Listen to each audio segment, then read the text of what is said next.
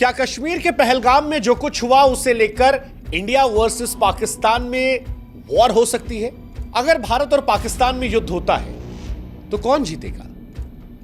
क्या पाकिस्तान के पास इतना पैसा है कि वो भारत से लंबा युद्ध लड़ सकता है? पाकिस्तान जिस एटम बम के दम पर बार बार धमकियां देता है, क्या वो भारत को वाकई में परेशान कर सकती है? दुनिया में कौन किधर खड़ा होगा, यह सवाल बड़ा महत्वपूर्ण है। क्या वॉर होगी? क्योंकि सोशल मीडिया पर जुबानी मिसाइलें खूब चल रही हैं। इंडिया से लेकर पाकिस्तान तक फिलहाल न्यूज रूम जो है वो युद्ध के अखाड़े बन गए हैं। माहौल बिल्कुल बना है कि इंडिया पाकिस्तान में वॉर होने वाली है, कभी भी हो सकती है। दोनों देश के नेता जो है एक दूसरे के खिलाफ खुलकर बोल रहे हैं। लेकिन सवाल यह है कि क्या वाकई में कश्मीर को लेकर यह वॉर हो सकती है? जिस तरह से भारत ने पहलगाम पर आतंकवादी हमला हुआ उसके बाद झेलम को लेकर एक बड़ा फैसला किया, ऐसा लग रहा है कि पाकिस्तान उसे झेल नहीं पा रहा। पाकिस्तान से बहुत शोर आ रहा है। पाकिस्तान खुलकर भारत को धमकियां दे रहा है कि अगर पानी रोका तो यह वॉर की तरफ पहला कदम होगा। पाकिस्तान धमकी दे रहा है कि हम पानी रोकने पर हिंदुस्तान की जबान खींच लेंगे, सांसें बंद कर देंगे, कश्मीर के दरियाओं में खून बहा देंगे। बिलावल भुट्टो तो और आगे बढ़कर कह रहे हैं कि सिंधु दरिया हमारा है, या तो हमारा पानी बहेगा या खून बहेगा। लेकिन हमें लगा कि जब ये सारी चर्चाएं चल रही हैं तो क्यों ना इसका जवाब ढूंढा जाए। हालांकि अगर दिल पर हाथ रखें तो हिंदुस्तान से लेकर पाकिस्तान और सारी दुनिया को इस सवाल का जवाब पता है कि अगर भारत और पाकिस्तान में युद्ध होता है तो इस युद्ध का नतीजा क्या होगा। लेकिन फिर भी हमें लगा कि भावनाओं से आगे बढ़ के एक रियलिटी चेक करते हैं। बकैती करने की जगह, ज्ञान देने की जगह, टीवी पर जो वो हो हल्ला शोरबाजी होती है उसकी जगह असलियत देख लें। और असलियत की शुरुआत पैसे से होती है, क्योंकि सारा खेल पैसे का है। और जहां तक पैसे की बात है, भारत की 3.5 ट्रिलियन डॉलर की अर्थव्यवस्था है, जो पाकिस्तान की केवल 376 अरब डॉलर की अर्थव्यवस्था से 10 गुना बड़ी है। अब यहीं से समझ में आ जाता है कि भारत एक लंबी जंग को लड़ सकता है, लेकिन अगर पाकिस्तान भारत से युद्ध लड़ेगा तो कुछ ही हफ्तों में पाकिस्तान टूट जाएगा, क्योंकि उसके पास पैसा नहीं है।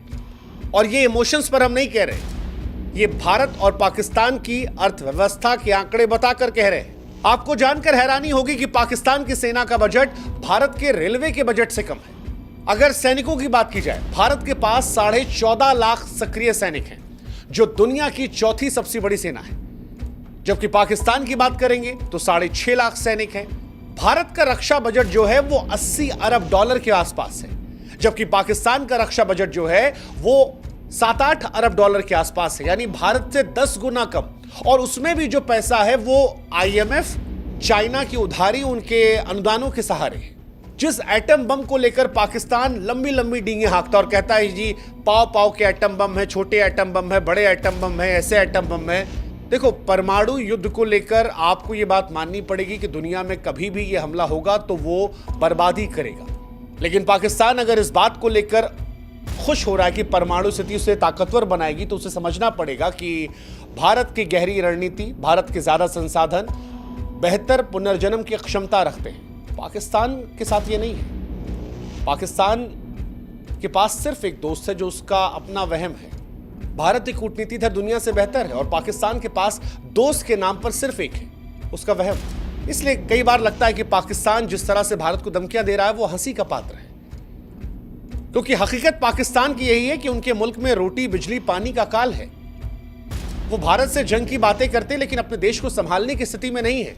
भारत से ख्वाबों में जंग जीत सकते हैं, हकीकत कहानी अलग है। और यह इतिहास भी गवाह है, यह आज की कहानी नहीं है। साल 1947 में पाकिस्तान ने कश्मीर को हड़पने की कोशिश की, भारतीय सैनिकों ने उल्टे पांव दौड़ाया था। साल 1965 में पाकिस्तान ने युद्ध छेड़ा, उन्हें लगा कि शायद हम कमजोर हो गए हैं। लाल बहादुर शास्त्री साहब ने उस वक्त लाहौर की दहलीज पर ले जाकर तिरंगा फहराया था, हवा टाइट कर दी थी। साल 1971 में पाकिस्तान के 2 टुकड़े हिंदुस्तान ने कर दिए थे। दुनिया में सबसे ज्यादा सैनिकों का आत्मसमर्पण उसी दौरान हुआ था। 93,000 सैनिकों ने समर्पण किए थे और वो तस्वीरें आज भी पाकिस्तान को शर्मिंदा करती हैं। पाकिस्तान 2 हिस्सों में बढ़ गया था, बांग्लादेश, और आज भी पाकिस्तान उस बात को लेकर रह रह करके लसता रहता है। 47 में बने पाकिस्तान के 2 टुकड़े हिंदुस्तान ने एक झटके में कर दिए थे। हम वही हैं। 1984 में पाकिस्तान ने जब होशियारी से सियाचिन पर कब्जा करना चाहा, हमने सियाचिन से उसे भगा दिया।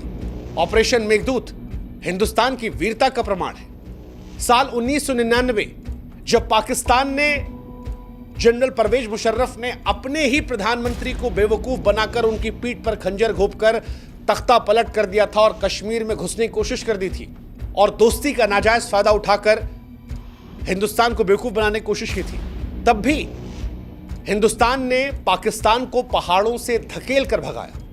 आलम यह था कि पाकिस्तान अपने सैनिकों की लाश उठाने नहीं आया, उन्हें कबूल नहीं कर रहा था। और उसके बाद पाकिस्तान प्रत्यक्ष तौर पर लड़ने कभी नहीं आया। वो कभी पुलवामा, कभी उरी, कभी संसद पर हमला, कभी ताज होटल पर हमला, कभी पहलगाम, लोगों को भड़काकर, फुसलाकर, धमकाकर हिंदुस्तान में हमले करवाए। सीधी लड़ाई पाकिस्तान की हैसियत नहीं रही। जिस तरह से इन युद्धों के बाद पाकिस्तान को हमने सबक सिखाया। तो जिस शिमला समझौते को पाकिस्तान बार बार कहता है कि अब तोड़ दिया जाएगा, उसका लिहाज पाकिस्तान ने रखा कब? 99 में, सियाचिन में? कब रखा पाकिस्तान ने? कभी नहीं रखा। संसद हमले में, ताज होटल हमले में, उरी में, पुलवामा में। पाकिस्तान को याद रखना चाहिए कि पाकिस्तान, भारत ने तुम्हें बार बार हराया है, दुनिया ने तुम्हें अपमानित होते हुए देखा है। और जिस परमाणु धमकियों के दम पर तुम बार बार अटैक करने की बात करते हो कि पाकिस्तान के पास हकीकत में और कुछ नहीं है, ना जल शक्ति, ना थल शक्ति, ना वायु शक्ति। तीनों शक्तियों में हिंदुस्तान के आसपास भी पाकिस्तान नहीं फटकता। और ये मैं हवाबाजी में नहीं कह रहा हूं, ये आंकड़ों में कह रहा हूं। पाकिस्तान के पास सिर्फ एक चीज है, परमाणु शक्ति। लेकिन पाकिस्तान, अगर तुम पहले वार करने की मूर्खता करोगे तो ये याद रखना कि भारत का जवाब ऐसा होगा कि नक्शों पर तुम्हारा अस्तित्व खोजने में इतिहासकारों को मुश्किल होगी। भारत एक शांति प्रिय देश है जिसने परमाणु शक्ति बनाने के बाद यह कहा था कि भारत की नीति नो फर्स्ट यूज है।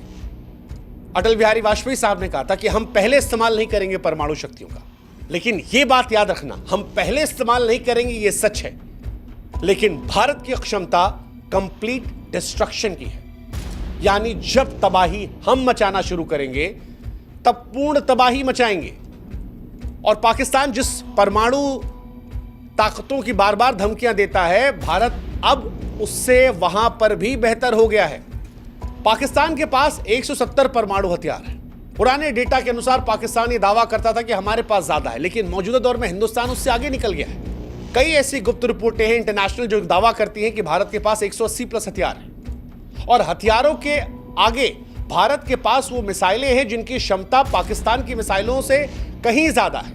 जैसे भारत की अग्नि 5 मिसाइल 5,500 किलोमीटर रेंज की है, जबकि उनकी शाहीन 3 2750 है।